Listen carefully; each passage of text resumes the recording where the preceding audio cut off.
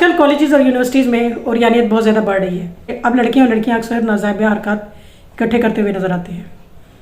اسی طرح کا ایک واقعہ ہوا ہے پشاور کی NCS یونیورسٹی میں، جس میں ایک نمائش آرگنائز کروائی جاتی ہے. اس نمائش کا مقصد تھا طلباء کی سکلز کو بڑھانا، طلباء کے ہنر کو بڑھانا.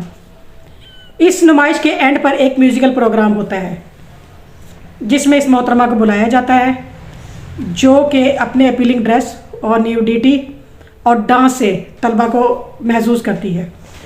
لیکن طلباء اس سے بہت زیادہ پریشان ہوتے ہیں اور انہیں سمجھ ہی نہیں آ رہا ہوتا کہ وہ کس طرح سے ریئیکٹ کریں.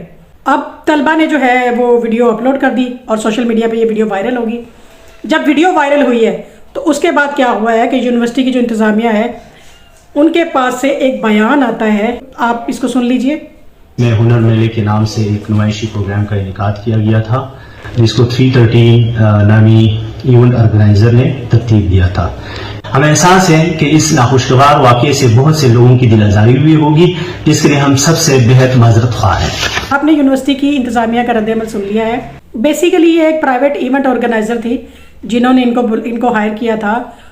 کیا اس طرح کے ڈانسنگ فنکشنز یونیورسٹیز اور کالجز میں ہونے چاہیے؟ کیا ہم اپنے بچوں کو اس لیے بھیجتے ہیں کہ وہ جا کے اس طرح کے فنکشنز دیکھ کر بعد میں خود بھی اس طرح کی ایکٹیویٹیز میں انوالو ہوں؟